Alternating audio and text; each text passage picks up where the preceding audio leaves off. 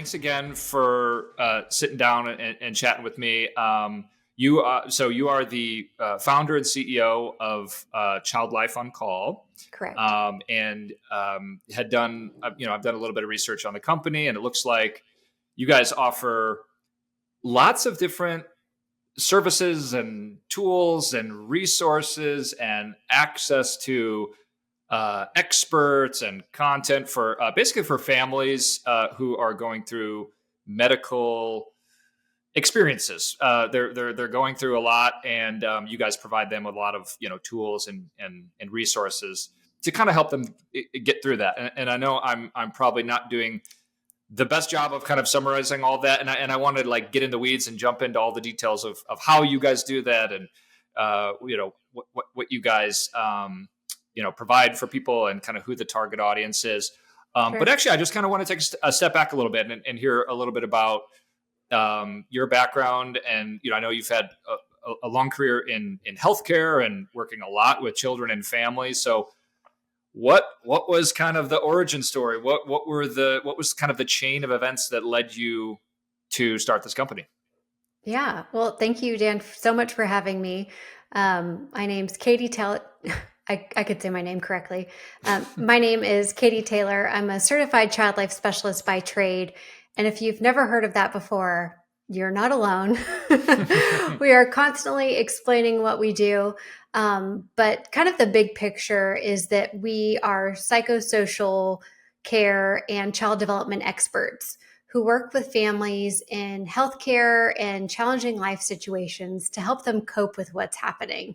So, our origin story as child life specialists is that we started as a group of play ladies, actually back in the early 1900s, that were actually volunteers and would go in. It was kind of back in the day. If you see those old timey pictures sometimes pop up of a bunch of kids in a room, and they're all black and white photos. Mm-hmm. But it's really evolved into us being essential healthcare workers now.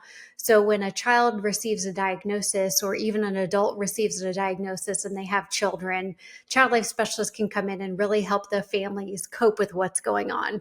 So we can be anywhere from doing bingo in the playroom to kind of normalize the hospital environment for kids, mm-hmm. to really being with a family at the end of life and helping them understand what that means and how to support them through it. So we wear a lot of different hats in the hospital, and it's one we feel so privileged and honored to do. My origin story is that I'm the child of two parents who told me it's our job in the world to make it a better place. So when I was growing up, I was always looking for a profession that would help me do that.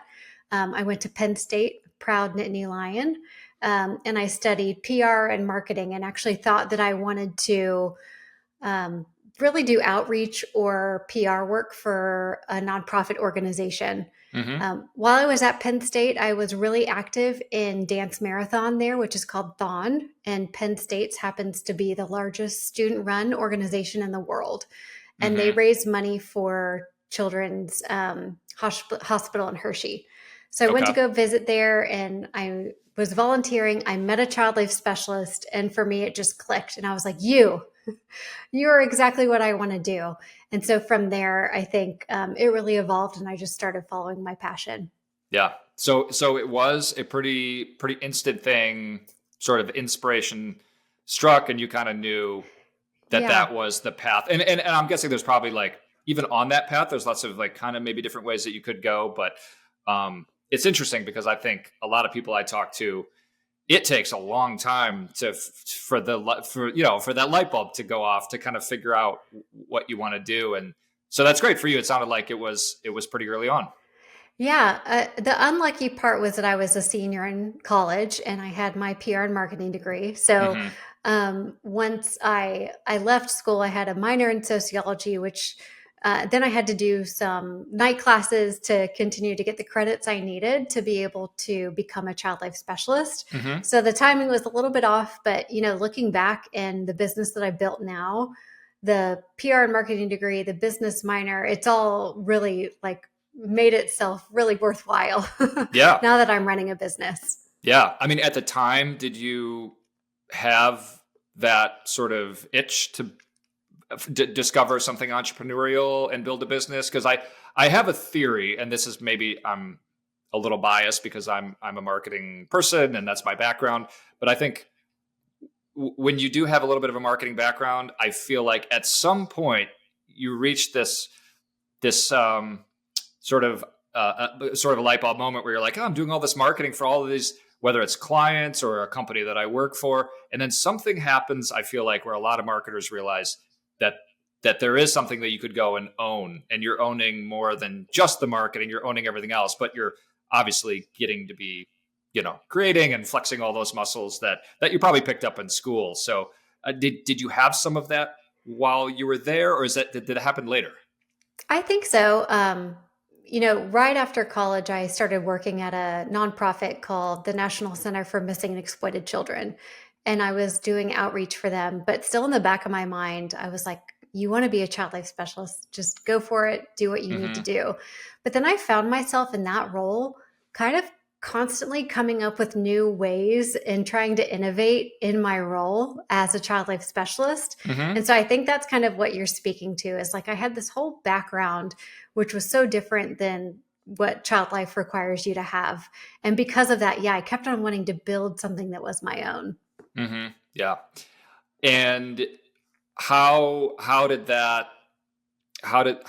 journey start? I mean, it sounded like you maybe were thinking some of that, feeling something that probably early on, but when did it sort of start to feel real, where you were, pretty seriously considering going out and kind of building something of your own, or basically taking what you were doing and, like you said, doing it in a slightly different way that is a bit entrepreneurial? Yeah, I think when I was working at a health system and we were integrating our first EHR, and it was rolling out all over the hospital, which is an electronic health record. And so the hospital I was working at needed someone to come and be what's called the super user for your department. And so I was like, raised my hand. I was like, oh, I want to learn all about the EHR and how child life can really utilize technology. And then I was teaching my other counterparts how to do it. And I think what that did is it just planted the seed that my profession, where we were at, was really not even beginning to have our toe in the water about what could be capable to support families. Yeah. So I'd say that was kind of my first instinct to build something. And then in 2017, I was pregnant with my second child, my daughter Cameron, and I was ingesting all of these birth podcasts. Like all I wanted to do was just hear other people's birth stories. I knew it wasn't going to be mine, but I just had to hear what it was like for them. And I had that light bulb moment again where I had a mom and she looked at me. I was working in the ICU here in North Austin. And there was a mom, she had a 3-week-old with bacterial meningitis. And when your child has bacterial meningitis that early, it gets you a 21-day stay in the hospital while you receive IV antibiotics. And for a new mom, new dad, it's just horrific. And she looked at me and she said, please just tell me someone else has gone through this before. And I didn't have another parent to connect her with. I didn't have somebody on speed dial. And I thought, well, if there was a podcast that she could listen to, I could put it in her ears and say, here's another parent. Yeah. And so, we're 7 years into the Child Life On Call podcast, over 255 episodes and 200 different diagnoses, so that now when a parent says, has someone gone through this before, we can share that. Yeah. And was that one of the first things that you started that kind of grew into other stuff? That was exactly the first thing. Yep. Yeah. So I wanted to take a tiny step back. So in your right around this time that you had this kind of, again, light bulb moment of like, oh, if there was only a way to kind of create, content that would help people. What did the day-to-day look like for you in that role at that time? Because that is like you explained it a little bit already, but I think for a lot of people,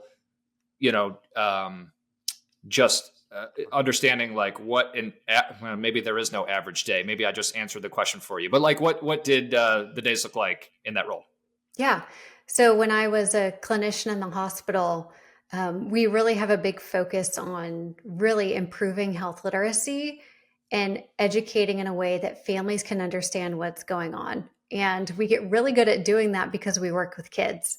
So if you could try to explain diagnosis or like Mm-hmm. cancer or asthma or diabetes or a broken leg to a 6-year-old, you're going to also be explaining it to their parents and their siblings and their loved ones. Yeah. So we would take really complex stuff and put it in a way that families could understand.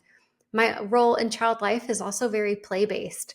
So kids learn through play. And so when I would prepare a child for an upcoming procedure, so something like a radiology procedure or a surgery, I would often use play to almost rehearse what was going to happen. And so Mm-hmm. the child could then understand in their own language of play what to expect. Yeah. During that, we also teach coping skills about how to get through it. And then the whole time we have a kind of a family systems background. So I'm always looking at how can the parent get involved? What's this child's big support system? What do I know about child development and psychosocial risks and hospitalizations, and kind of gluing that all together? Mm-hmm. So my job would look like preparing a child for something, maybe going back to the operating room with them until they fell asleep. It Mm-hmm. would be, like I said, sometimes running a committee, like a family-centered care committee in the hospital. Yeah. Sometimes I would go train other members of the care team to help them understand how to work with kids.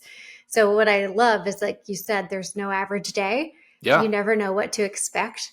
There's a double-edged sword with that, though, because you can sometimes walk into the worst day of someone else's life. Mm-hmm. And there's emotional fatigue that comes from being around really hard things all of the Yeah. time. Oh yeah. Yeah.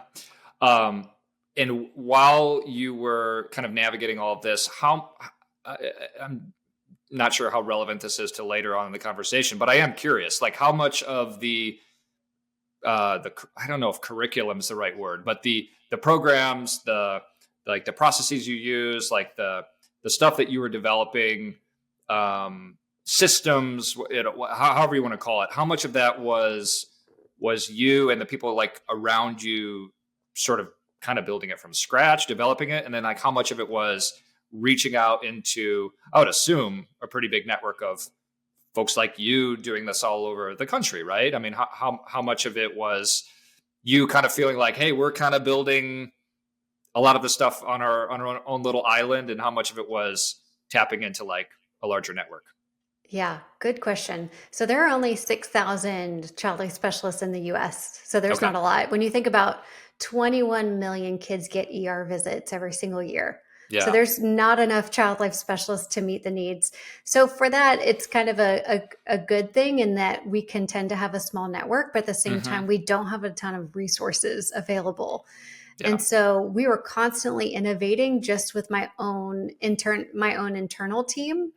And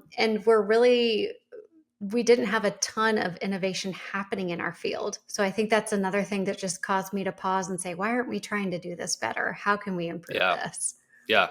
Yeah. I'm guessing that's probably a lot of people that I talk to that have ideas for a company or a business or a product or whatever it is. It's like Yeah. a lot of times the really successful ones are like, hey, I'm already doing this every day. And I see the opportunity, like it's either not being done at all or it is being done and it could be vastly improved. And then on top of it, if you put that in an industry where there might be a little bit of a slower speed to um, pick up on trends or pick up on if they're a little bit behind in technology, or like you said, just not having the resources to be developing something for all the people like you who are day in day out like working in these like you said, oftentimes very tough environment. um Totally makes sense that you'd be able to kind of take a step outside of it just for like a moment and go, hey, there might be an opportunity here. Yeah. And so the podcast sounds like that was the first thing. And you've obviously been doing it for a number of years. And like you said, what, 250 something episodes Hmm. that you've done. What was that like getting that started? What was it? I'm guessing the way that you were doing the podcast is not like how most people would do a podcast and be like, hey, we're doing this podcast and we want to have, hundreds of thousands of people listening. It's sort of like, no, this is for a specific audience, Yeah. very tailored. So you probably didn't have the pressure of being like, hey, the success metric is basically, if we're helping a couple people, it's probably worth it. Was that kind of how you looked at it? Yeah. And, honestly, 7, 8 years ago, podcasting didn't have a lot of statistics or analytics associated with it. Yeah, that's So true. we were kind of flying blind for a while. What I knew is that I wanted parents to feel safe when they shared their story. Yep. And I wanted another parent to be able to hear firsthand what it was like from someone else. When we're working with families in the hospital, caregivers and parents are so overwhelmed. I mean, not only are they just trying to be there for their child, but they're trying to collaborate with a care team. They're trying to understand what's happened, make decisions that they never thought they'd be able to make before. Mm-hmm. So it's hard to offer and find connection in that world when you're already so tired. It's not like you're looking to go for a walk around the block. You don't have the energy to do it. Mm-hmm. Podcasting is such a passive way to feel connection without having to give a lot. So Yeah. that was always my goal. Parents come feel safe so that another parent who's at their wit's end can hear somebody else without having to get a lot. Mm-hmm. And I think that was truly my gateway drug in finding to be able to fill a gap Mm-hmm. using technology and my profession together. Yeah.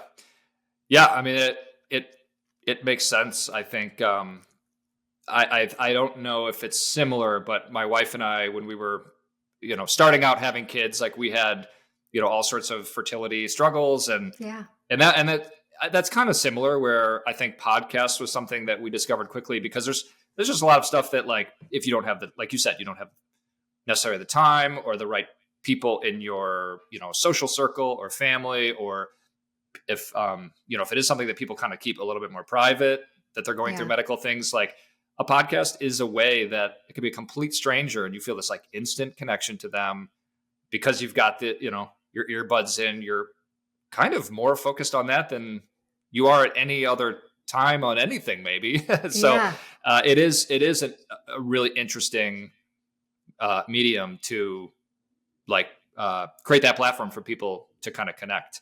Yeah. Was it easy getting people to come on? Did you have to get a bunch of them kind of done first to build the sort of the trust and kind of the credibility to do that? Yeah. So I would say the first 2 years, I was working. I was a mom of two.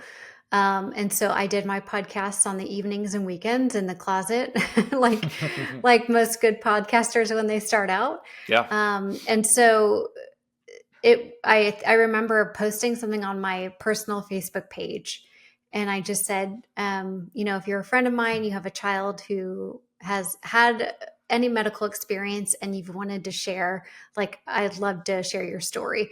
So I'd say for probably the first maybe 40, 50 guests, it was us kind of reaching out and trying to find different diagnoses or families who are already sharing online and maybe wanted to share on another platform. Yeah.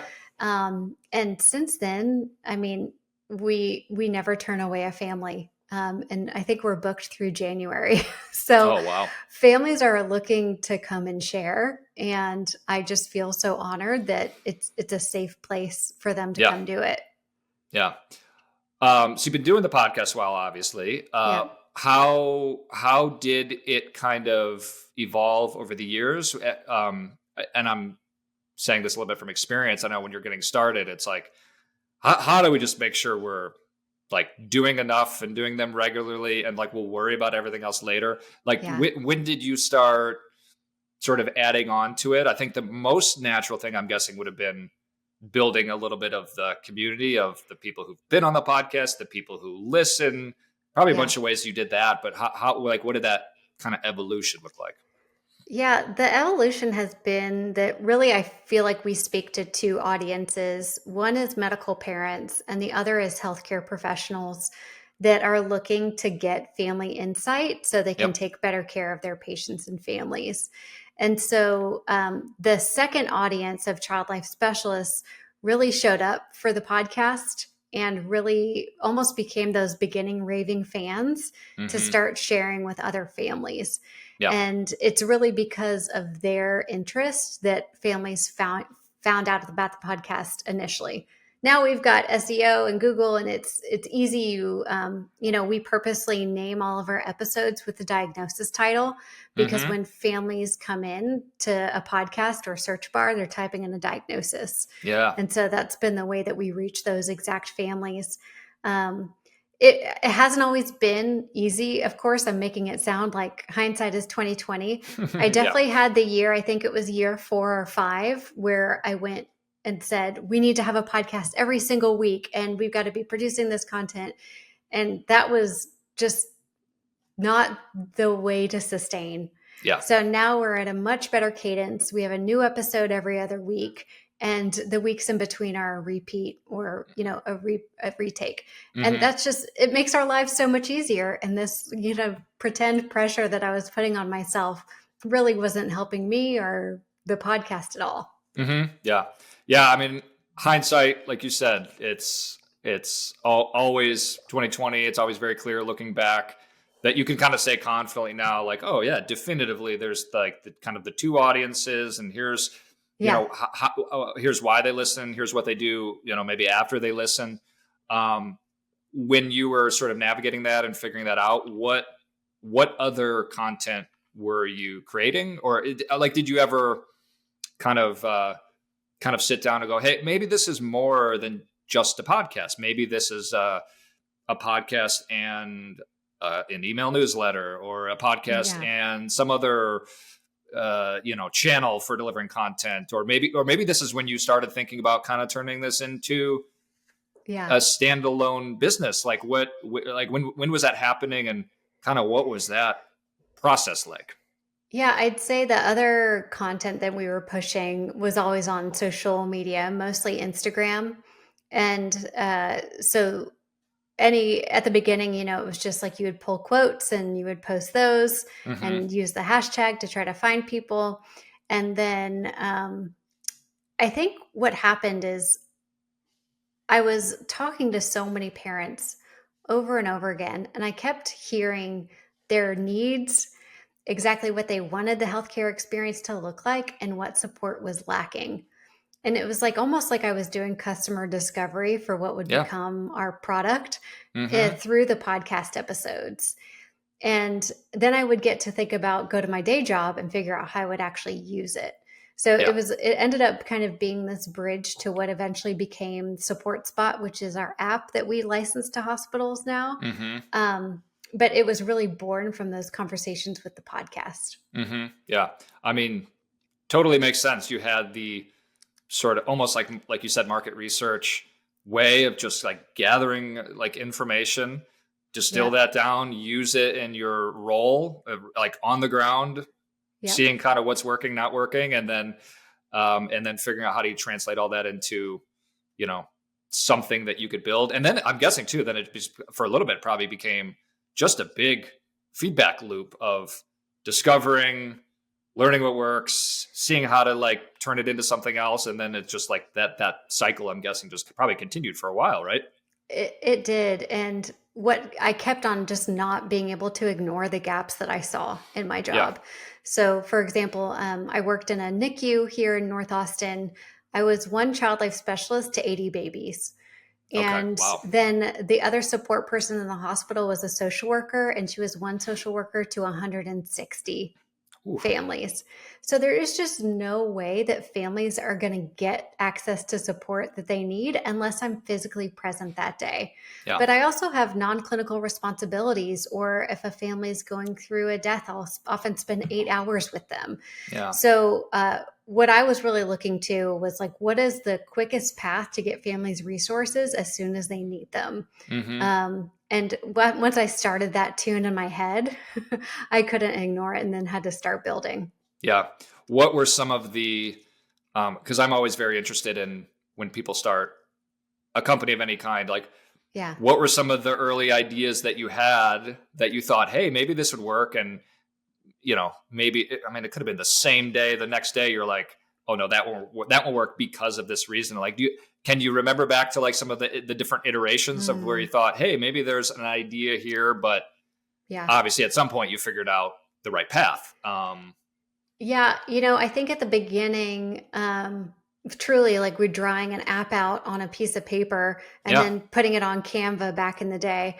But for me, I thought that we would really focus on educating the child. And so there was a lot of child content that we started to develop. Hmm. And then it became very clear the only way the children get access is if the parents give it to them. Yeah. And it really, I just became so empowered to support parents specifically through the Hmm. podcast that the child user ended up fading away. Yep. And then we really just focused on parents. Yeah.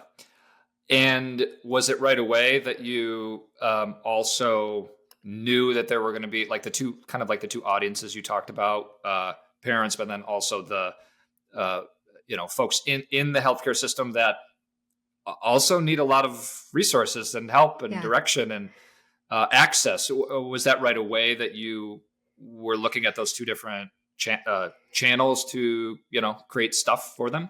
Yeah. And what's difficult though is although those were my two audiences, uh, in order to sell and license the app, I need a totally different audience, which are Hmm. decision makers in the hospital. Yeah. And I didn't know how to talk to them and I didn't know how to reach them.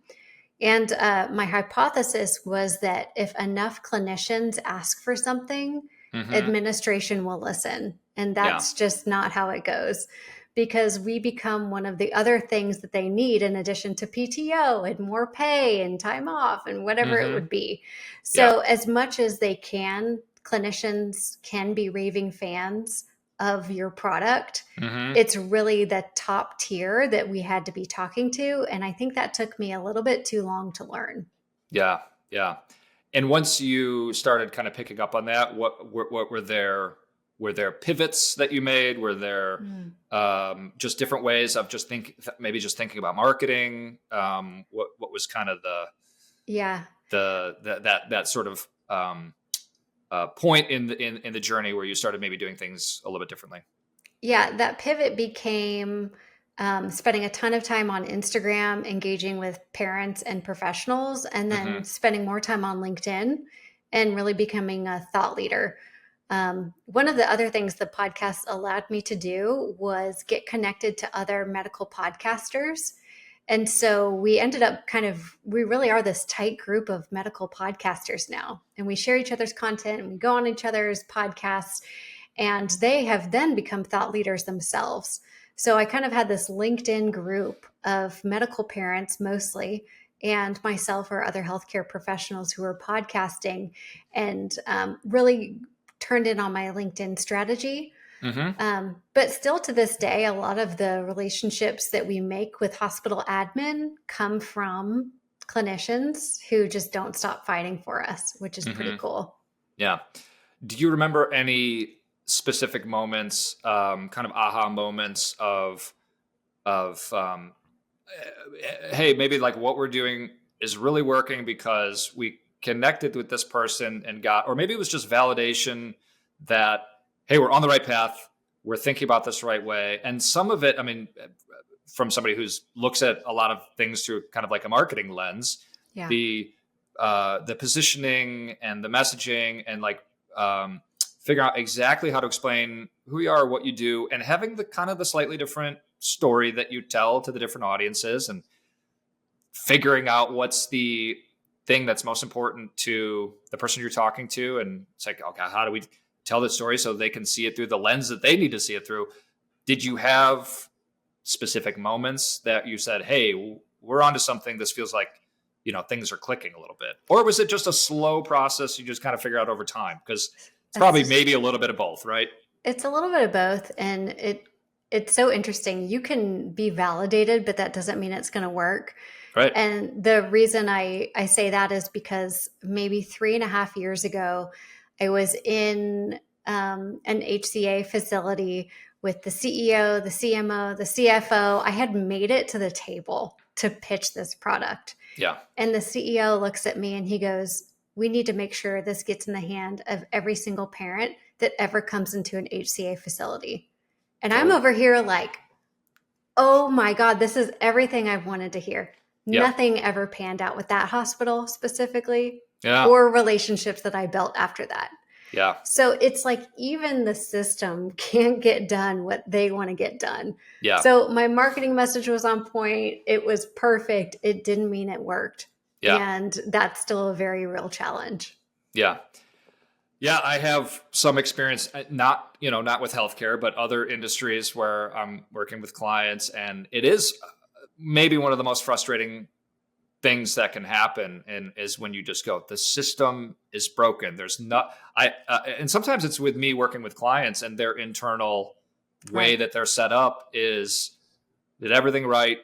We got complete buy-in from everybody, but the way that the company works together and the teams, it's just like, okay, looking back, I know we were never going to be able to do it. But at the time, you're like, hey, I think we have a plan. I think we can make it work. But yeah, that is the most frustrating thing, when you feel like something like that should turn into tons of great opportunities and momentum, and, Yeah. and then to have it not, that's got to be tough. It totally is tough. And then, time kills all deals. And our average sales cycle is about 2 years. So it's just horrendous. Yeah. Yeah, I just interviewed somebody, or had a conversation, and a lot of his selling is like through universities, and that's like another one. that's like another industry that's notoriously slow moving, slow to adopt new technologies, and just lots of layers, and just a lot of sort of BS that you have to work through to kind of have really any decision get made, even a small one. And then so you're asking for something that is kind of a big, that could have a big impact. Yeah, it's even 10 times harder, right? It makes me so happy to be an entrepreneur where we don't have red tape and we can make quick decisions. And it's like, oh, that's why I don't work there anymore. Yeah, yeah. And so I might be getting ahead of myself, but the actual like entity, the name Child Life on Call, when you created it, and it was real. You had a product, you had a service, you had or at least you had like how you talk about it, and you're kind of pitching it. When was that happening? Like around what year were you sort of going all in on what kind of has become today the business you're working on? Good question. I feel like we're constantly evolving. Yeah. So the name Child Life on Call really was born with the podcast in 2017. In 2020, in March 6th, is when our LLC was actually formed. And a big piece of the puzzle, who I haven't talked about yet, is that my dad is my co-founder, and he's got about 40 years of experience in Medicaid and managed care. And so he really brings this lens, and he always told me his job was to make sure everybody has access to healthcare. And so he was, I'm surprised he said yes, but he came on board. But don't worry, he prioritizes his golf still. So we don't get in the way of that. He came out of retirement to be there with me. Oh, awesome. So, when it comes to building things, like, I just feel so grateful to be able to have built this alongside my dad and have him be proud of me and join me in these meetings. And we thought for a little bit there was a market that we could reach through health insurance providers. Door isn't totally closed, but it's getting cracked. Yeah. And I think when we started building in 2020, I officially left my role as a child life specialist clinically in November of 2021. Okay. We started our app at our first pilot hospital in January of 2022. And I think for me, that's really when it clicked. And I was like, all right, we're doing this. Yeah. And it's funny when people say the timing of any story, really, and they say, oh, March 2020, I was doing this. I mean, I think everybody knows what happened then. Yeah. And I mean, COVID affected everything. So it was a silly question, but did it affect things too much? Was it just, you just had to navigate everything? Did it make a lot of stuff harder? Because I could see for your story that it could go a couple different ways, but I'm curious what it looked like for you guys. Yeah, I mean, personally, it was pretty terrible. I still had to go into work because I was a frontline worker. Kids weren't really getting as sick in the hospital because everybody was staying home. Yeah. So my job really became supporting the children of adult patients who were dying of COVID. And Yeah. so for me, it was a pretty terrible time, really just feeling like the Grim Reaper. It was a scary time to be in healthcare. And so I would come home, and my husband, who also works in healthcare, he didn't have to go in because he's kind of an outpatient job and they closed down, but he was able to be with the kids. And it really allowed me to like almost build and work creatively Mm-hmm. during time I had never had before, because he could hang out with the kids and it wasn't, Yeah. my job while he was at work. So it worked really well then. I also think there was a lot of energy to build in that time because everybody was at home. So Mm-hmm. everybody was kind of innovating and pivoting and thinking of new things. And I think that Yeah. energy rubbed off on me. Mm-hmm. Yeah. Yeah. It's weird to say that, like, when you say like some good stuff came out of that time, because it's such Yeah. a weird thing to say out loud because so much, horrible stuff was happening. But Yeah. it's sort of like, the financial, collapse of, the economy back in whatever the year was, where like you look at all the tech startups that were founded during that specific like little Yeah. window of time. Yeah. COVID was the same. I mean, I remember for me, so my daughter, our first child was born in June of 2020. So we Oh, were, wow. so You were that, wearing masks while she was pushing, wasn't you? yeah. And I mean, I wasn't even sure if I was going to be allowed Right. like in the room, just because I don't think they had any like real process for that stuff. So, Yeah. but I was already on my own, at that time, doing like marketing consulting. So I had left my agency job. So it was kind of the same thing where I like the whole world was like on fire, but like in a weird way, you're right. There was more time to kind of think about everything Yeah. differently, work or personal stuff or where you're going to live or what. Like, I think everybody was kind of evaluating career things. And if you were starting a business, there was probably lots of, either pivoting or just looking at, where do you take things. So I'm not surprised that probably some of that happened for you. Yeah. Being like on the front lines also is impressive that that you were juggling it all. But I think you said November 2021 is when you left Hmm. your sort of full-time role that you've had for a long time. Yeah. What did that look like? What kind of was able to change as a result of that? Yeah, we were just about to launch at our first hospital, and I knew that I had to do this full time now. And so and that's when I really started to pay myself as well, which was something that I had never really considered before. Everything you do is sweat equity and pouring into the Mm-hmm. business and just trying to get it up and running. And I thought, okay, well, if I'm not going to be at this job, then I have to have another job. So that's when I started paying myself, and really wanted to dive into our first customers. So spent a lot of time in Virginia with our first customer, just being there on the ground, seeing how it was being used, learning from them, getting insight, and just trying to really learn everything I could with that number one customer. Mm-hmm. Yeah. What do you remember? What were some of the things that you learned pretty quickly? I'm guessing that was probably sort of drinking from the fire hose and lots of information coming at you of you know what's working, not working. Maybe it was even hard to tell at the time, but do Yeah. you remember kind of specific things you took away? They're like, oh, thank God we noticed that.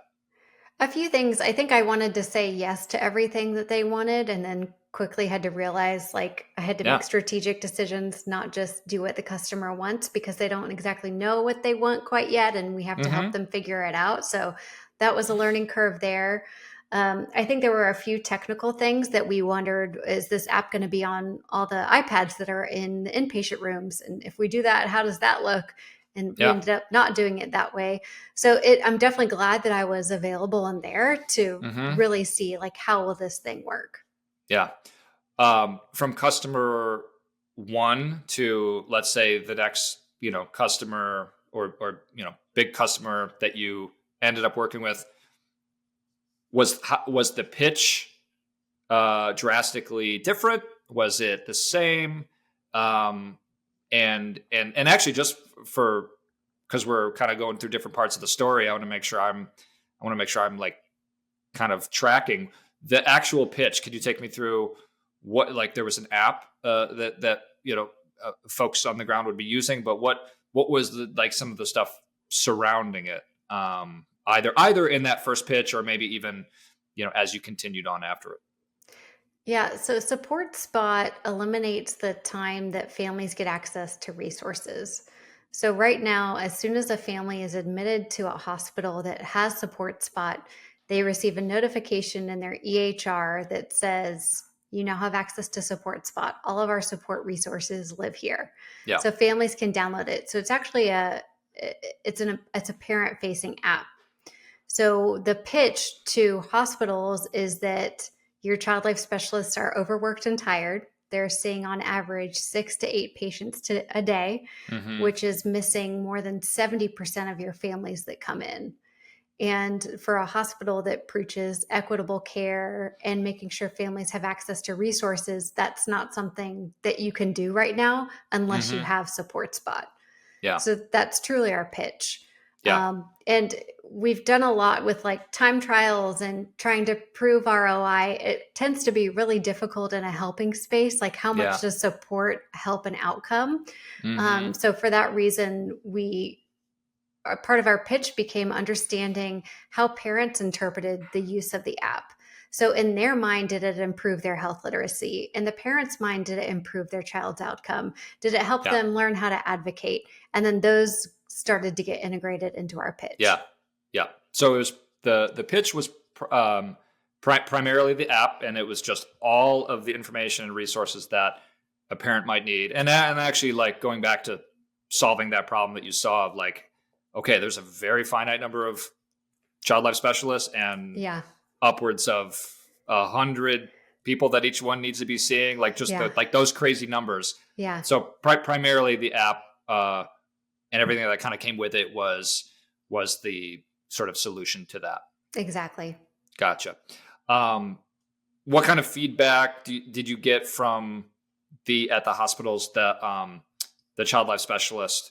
I'm guessing it was just like a breath of fresh air. Oh my God, like, this is great. Or did you have to navigate ways of saying, hey, like, how are we going to, like, plug this in to what you do? Like, it's not a guaranteed thing that they're like, oh, great, now we have tons of more time. There's such a good story there with you can be validated all day, but are they going to use it? Yeah. Right. And are they going to share it? And change management is a real thing. So to be doing something, even though it's going to help you, to have to change is really difficult. So it really did have to have like a top-down director approach to say, this is what we're integrating now, like, get on board or get off. Yeah. And so for that reason, you have to have a really strong department head who really wants to use the resource that they're paying for. So there was definitely some challenges, even for the child life specialists that wanted us to be in there and gave us every single reason to be there. It still became, and still is, I like to do things my way. I don't want to change what it is. Yeah.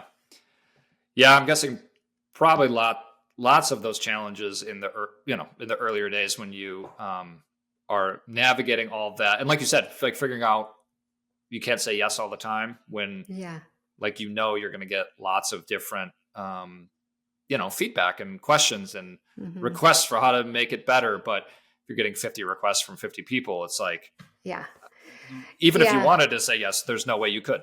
I remember there was one point that one of the clinicians really wanted to be able to pull up a picture and draw on it.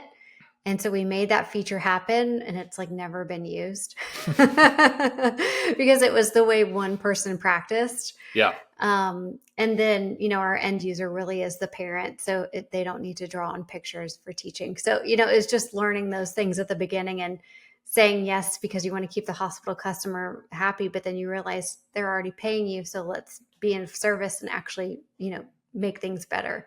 Yeah. Yeah. And then around this time, like, how big was the team? And by team, I mean, like, were you outsourcing certain things to different groups or individuals? Like, what did that look like? We've always outsourced our tech to a company in India and got really lucky that we've been with them for the past however many years Yeah. since we started. It's been fun to watch them learn alongside us, not only just about child life, but really healthcare in general. Hmm. And so we still use them to this day. We have a customer success person who helps with all of our hospital partnerships. And then we have kind of an administrator who works in the background. And then with our podcast. So we've always relatively been a small team of 5 people or less. Yeah. Yeah. And then when it comes to like marketing and branding and positioning, so this is like probably right around the time that you're working with that first customer or client, or maybe right before or after. How much of your background, like going back way back to when marketing and kind of PR was the stuff you were interested in, um, were you able to tap into that stuff? I mean, do you enjoy working through the marketing challenges? And because I think every founder, if you are a marketer by trade and you become a founder, or you're a founder that just despises marketing, I think everybody has to kind of, at the very Yeah. least, get it and understand it and do it to a certain degree. It's just part of the job, right? I mean, how much of that did you enjoy? Did you fight against it? What was your sort of view on kind of marketing and branding? Yeah. Good question. Um, I think the branding part has served us because it's made a name within the field of child life. So child life specialists understand what we do. For me, as far as the marketing goes, the most success I have is when I choose to serve the customer or parent. And whenever I turn on that lens of like, what value can I provide right now? Marketing Hmm. just kind of becomes, it's a little bit easier because you've been there yourself, or you can brainstorm questions, or you think like, how can I help them solve this problem? And you kind of give away as much as you can. And that for Hmm. me, when I maintain that is marketing that I love and can get behind. Now, Hmm. as far as like choosing the right word and how to present it, like I totally need help with that. Like whether it's a marketing person or a chat GPT, if they can help me be a wordsmith, that's great. But Hmm. I've always kind of had a sense for like, here's how we serve and here's how we can draw attention by providing information. Hmm. Yeah. Yeah. I mean, that's great that you had that sort of already wired inside of you, of like, just like sort of sounds like intuitively knowing like every single thing we have to do, we have to look through the lens of the user and the parent. And within that, I mean, you get credibility, you get, there's a ton of empathy, you get to establish like a whole bunch of trust with people if you're doing that. And it's obvious that it, you're not forcing it, because I work with a lot of clients, and sometimes like that's the like 99% of what I'm doing with clients is like building them a system to like be able to do that and kind of remind them to do it and make it Yeah. easier, because it is not an automatic thing for founders. I think most founders, and you probably know this, like kind of look at everything as a founder, and like Yeah. they're running the business, because like if they're not, like the business is going to crash and burn. But Right. it's just the most ironic thing that like in order to like really kind of take off, you kind of have to turn that off at some point and Yeah. look through. So I'm guessing you probably had a lot of examples where you saw that you were doing that, and you know stuff was working, right? Yeah, now that you put it to me in that way, like when I'm a child life specialist in the hospital, I may have 30 seconds to build rapport and trust and get a family to do something they don't want to do, which is like a really painful procedure on their child. Yeah. And so I think that prepared me to be able to speak in any room, talk Mm, about what we do, build that trust. And so I think that that's kind of helped me along in terms of being a marketing person and a founder at the same time. yeah. um are there any just over the course of any of the time that you worked on the business, and again, maybe we've already talked about this, because like you said with the podcast, how everything kind of slowly evolved, and probably lots of pivoting, small pivots here and there. Yeah. Have there been any really big pivots that specifically, I'm, like a marketing guy, so I'm very interested in how a company is positioning itself, how it, talks about what they do and connects with an audience and grows an audience. Were there any pivots that you had along the way that you said, okay, for us to be able to kind of explain this to our audience, we have to not just pivot the business, but like figure out a way how to talk about it? Like, did that ever come up? Yeah, absolutely. I mean, we just did our biggest pivot, I would say, in January. So, kind of right the first year and a half or two, we had 6 hospital customers, which was amazing. Like the fact that we could be in Rankin Jordan, Gillette Children's, Inova, MedStar, Christus, it was great.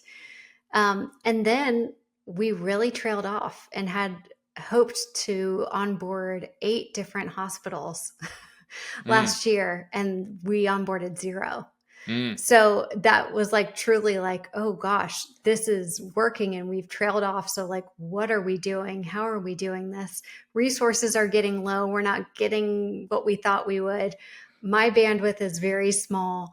And alongside that happening, my authority in child life continued to grow. And so we, in 2022, I think it was maybe the summer, we started an online community for child life specialists, providing what they needed. So we would use our podcast interviews as CEUs so they could get continuing education. And that can continue to grow and without watering it. So I'm over here like watering the app and these 2-year-long sales cycles with CEOs that say they want it but can't make it happen. And so in January, it's not that we're taking our foot off the gas completely on the app, but we are watching this amazing online community of child life specialists grow and teaching them how to go and build their own business. And so it's an interesting kind of pivot that we're in now. And that definitely comes with a different marketing pitch that puts me back on Instagram.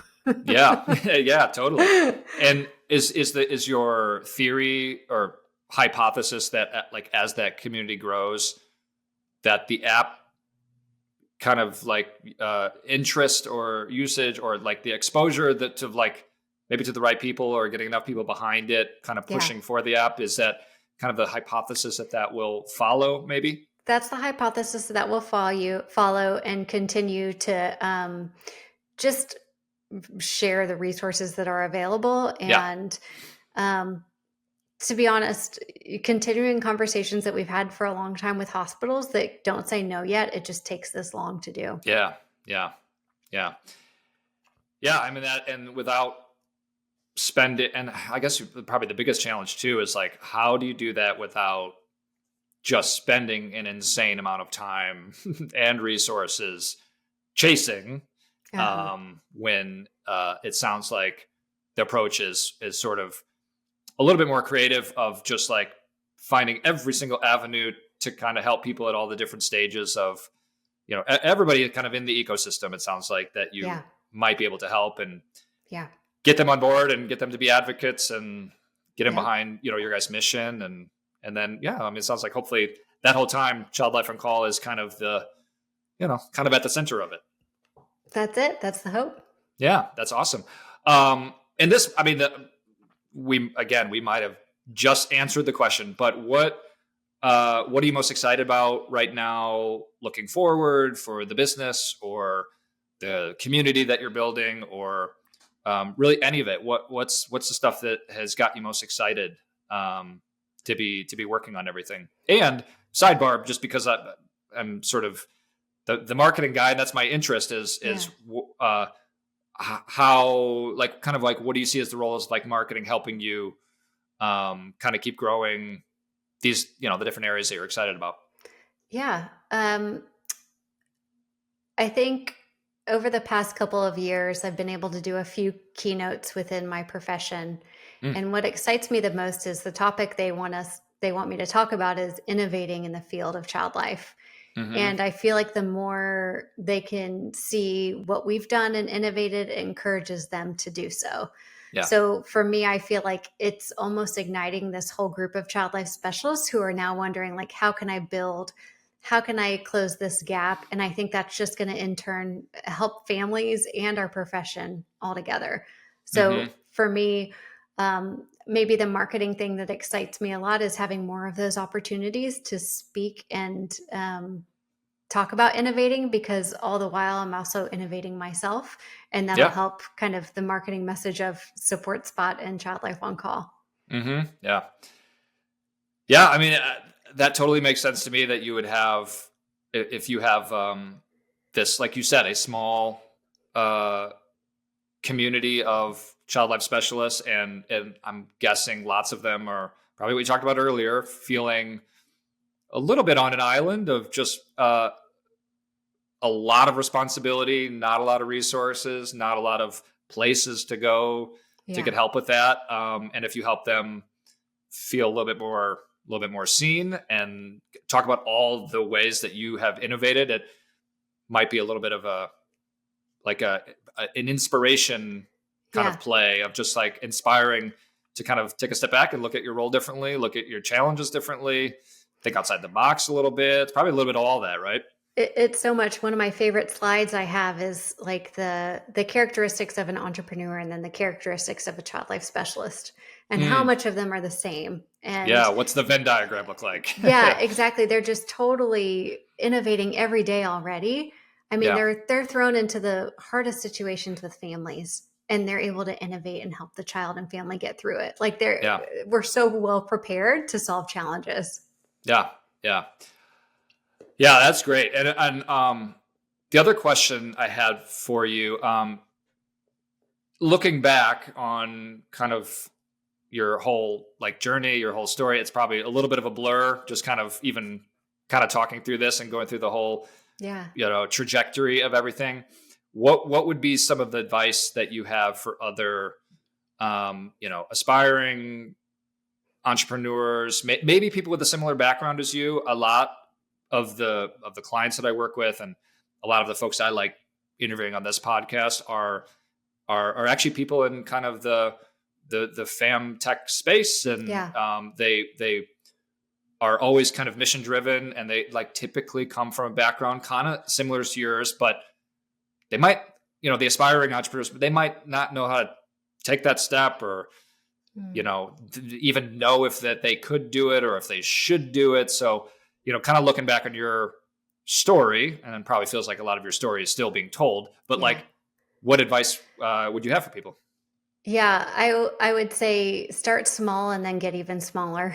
Like if I could go back to the cost it took us to build this entire app and putting all of our eggs in the app basket, versus if I had just solved one problem for that first hospital first and then grown from there, that's what I would do. That's totally what I would do differently. Because, the app came out with lots of bells and whistles, and we're using about 3 or 4 of them. So I follow Justin Welsh a lot, who is a big LinkedIn guy. And he had this like 4-step framework. And the fourth one was like, start with an MVP you can create in a few hours and publish this weekend. And like, that's how tiny you should start. Don't go build out the whole thing because you don't know how it's going to end up. Yeah. That's good advice. I always kind of had the idea of doing like a podcast. I'm, kind of similar to this. I never knew exactly what it would be, but I was kind of like, everybody has a podcast, and I don't want to just do the same podcast as everyone else. So that's like a good and bad thing. I was looking at it through that lens, but then I also was kind of over engineering, trying to figure out how to make it perfect. I would literally have it be my goal for 2024 to do it. And then, okay, here we are in 2025. So it's a dance of like figuring out how to navigate all that. But the thing that actually got me going was exactly what you just said, which was, okay, enough, screwing around. I'm just going to record an episode. I'll figure out all the other stuff later. And I knew the first, I don't know the number, but the first number of them are probably going to be, I'll be figuring stuff out, and that's okay. And, but if it is something that you like, exactly what you said, you start small and you know that you're not married to that, No. you're going to iterate. You're going to work on it for a while. And then you have that serious conversation of like, okay, if I'm a year from now and I'm still doing that, do I want to be doing that? And if the answer is no, then, maybe it's not. You learned a lot. You learned a lot, and maybe it wasn't the thing you should have been pursuing, but at least you did it and you found out. Because I think you could probably relate to this. There's no worse thing than the fear of like wondering like, oh, like what would have happened if I would have tried that or done that? Like, just doing it and figuring it out and failing or being successful, or at least that's sort of my point of view on it all. It's so good. It's the analogy of small bets, right? And not placing one large bet on one thing, but maybe a few small bets on a few things and see what you enjoy. And I think that's the other thing that you can learn in this journey is success isn't always the outcome. It's, did you enjoy it while you built it or you're building it? And I get to say, I love podcasting. I continue to do it to this day because it feels so good and I love it. I'm building alongside my dad. I'm free to pick my kids up at 3 p.m. when they get off school. And like for me, and I'm building something that's mission driven that helps families. Like there's a lot of boxes to check and be grateful for. So did we get the 8 hospitals last year? No. Yeah. But there's a lot of other things I can be happy about. Yeah. Well, I can relate to that a little bit. And that's actually why I, pretty recently have kind of shifted the work that I'm doing to be more focused on like chatting with people like you who are very much mission driven and very much, well, a lot of founders are passionate, but like really having that mission and doing something for a very, very good reason that they feel very strongly about, like that, whether it's a conversation like this or working with someone as a client, like those are the best ways that I find, doing the work that I do is much more rewarding. And, when it's hard work, you don't even mind because you feel like you're contributing to something bigger. So I'm sure you probably feel that as well with your work. Yeah. I feel like I can get in the zone and I just feel aligned and it doesn't feel like work. Yeah. Yeah. Awesome. Well, I hope obviously that continues for you. I hope, some other people hear this and they're able to figure out how to do that for themselves. Katie, I really appreciate it. I know we sat and chatted for a while, but I really enjoyed it. A lot of great stuff. And as I'm, trying to learn more about, I think this space that, your company operates in, it was really great to kind of sit and chat with you. And let's definitely stay in touch. Dan, this was awesome. Thank you so much. And your questions are so thoughtful. And I love your marketing lens. It makes me think of like, okay, how are we doing this? So I really appreciate the conversation. Yep. Sounds good. Well, let's stay in touch. And anytime you want to chat about all those, marketing conundrums and, marketing is one of those things where every couple of days you run into a brick wall and you're like, oh boy, what are we doing? So anytime you want to chat about marketing, I'm always around. But it was great chatting and I'll let you get back to your day. Sounds great, Dan. Nice to meet you. Sounds good. Thanks, Katie. Thanks. Bye-bye. Bye-bye.